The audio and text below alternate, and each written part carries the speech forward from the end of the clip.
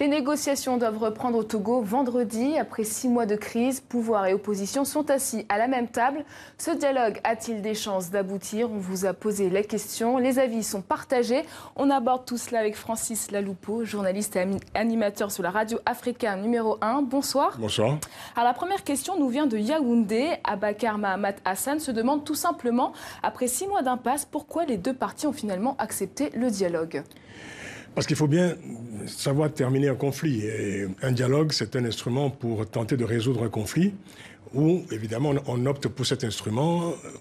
Autrement, évidemment, c'est le recours à la violence.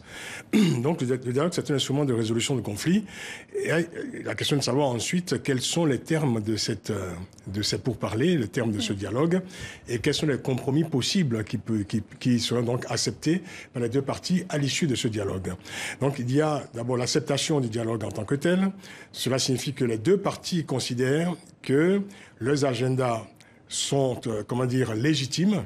Et par ailleurs, il y a le déroulement, évidemment, de ce dialogue. C'est ce qu'on peut considérer comme une forme de dramaturgie, en fait, qui se met en place. Ça s'appelle des négociations, ça s'appelle des pourparlers, ça s'appelle aussi, je dirais, des pistes de compromis. Et comme la politique est l'arbre du compromis, ce qu'on souhaite a priori pour un dialogue, c'est qu'on en sorte avec un compromis. Et dans le cas du Togo, il faut savoir de quel compromis, évidemment, il s'agira au bout de ce parcours. Alors, il y a des premières avancées, comme la libération de 45 prisonniers arrêtés pendant les manifestations.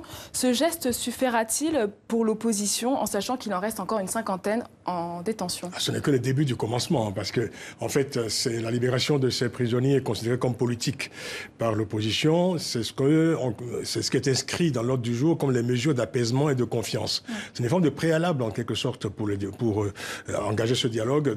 Vous le savez d'ailleurs, puisque depuis quelques jours, ce dialogue a été suspendu, en attendant évidemment que l'opposition puisse constater réellement la bonne volonté du pouvoir à libérer ces prisonniers. Ensuite, il faudra rentrer dans le dur, c'est-à-dire, je dirais, les points de négociation les plus déterminants pour sortir de la crise. Justement, vous avez été nombreux à émettre des doutes sur la crédibilité de ce dialogue. Ibrahim Assama affirme d'ailleurs le problème, ce n'est pas le dialogue politique, c'est l'application des accords issus de celui-ci. Alors il est vrai, Francis Laloupo, au Togo, il y a eu beaucoup de dialogues politiques. On se souvient, en 2006, le dialogue avait abouti à des accords qui n'ont jamais été respectés. Comment les Togolais peuvent-ils avoir la garantie que cette fois-ci, les accords seront appliqués? Il faut rappeler que ce pays est dans une crise larvée, lancinante, persistante depuis presque 25 ans maintenant. Et qu'en 25 ans, il y aura eu, au bas mot, 27 dialogues au Togo. C'est énorme.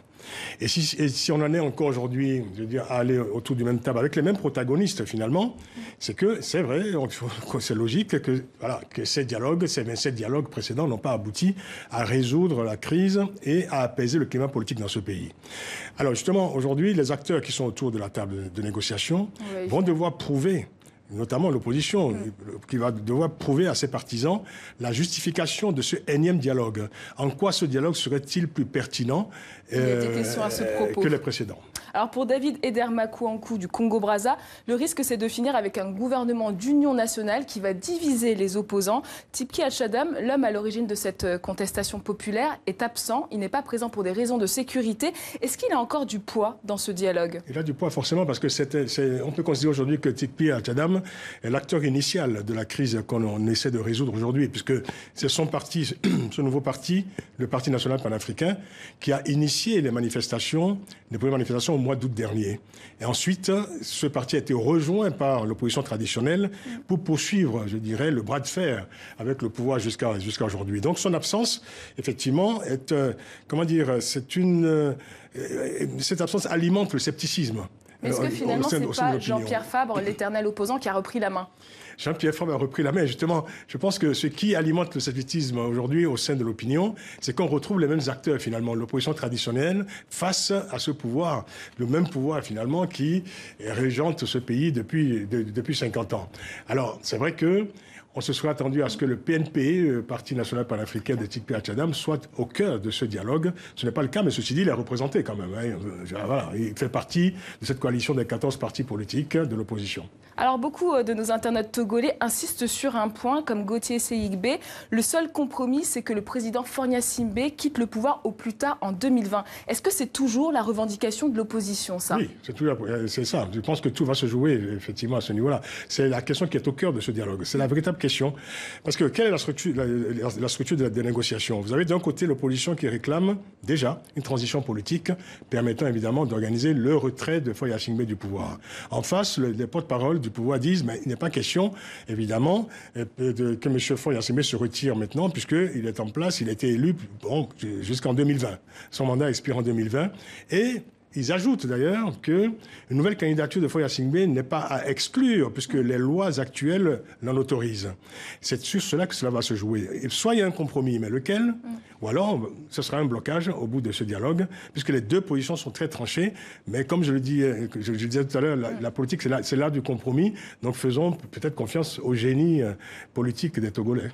Alors, JJ Gissenou à Lomé croit à une issue favorable grâce à la présidence du président ghanéen. Nana Akufo-Addo est respecté. Son pays, le Ghana, est un modèle de démocratie. Est-ce que c'est un atout pour la coalition de l'opposition? L'important, c'est que les deux partis, s'en remettent aux médiateurs.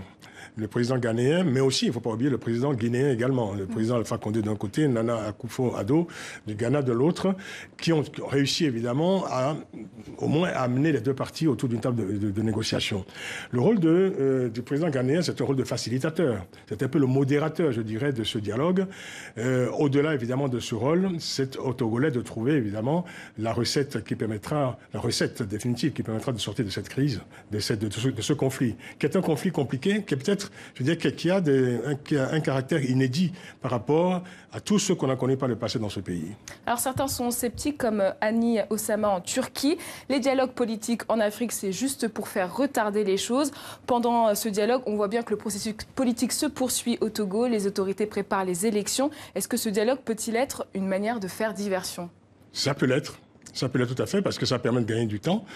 Pour le pouvoir, pour les pouvoirs en place, généralement, ce sont parfois, disons, les dialogues se confondent avec des manœuvres dilatoires, une manière de gagner du temps. Et puis, au bout du compte, évidemment, les résolutions ne sont pas appliquées. On a vu ça récemment en RD Congo. Aujourd'hui, on est encore, je dirais, dans le creux de la crise en RD Congo, parce que, justement, les résolutions issues d'un dialogue en 2017, fin 2017, n'ont pas été suivies des faits, n'ont pas été respectées. Pour le Togo, on le disait tout à l'heure, vous le rappeliez, tous les dialogues précédents n'ont pas, évidemment, débouché sur des applications concrètes. La question de savoir, surtout, je pense que le plus important pour celui-ci, ça sera le résultat, effectivement, et parce que ce qu'on attend est fondamental. C'est un changement de système politique au Togo. C'est cela, la revendication initiale. Si jamais le dialogue n'aboutit pas, est-ce qu'il y a un risque de l'escalade de la violence? Il y a un saut dans l'inconnu. Pour le Togo. Il y a un saut dans l'inconnu aux conséquences imprévisibles. Ces conséquences sont très redoutées par la CEDEAO, la communauté des États ouest-africains. Merci beaucoup, Francis Laloupeau, pour votre éclairage.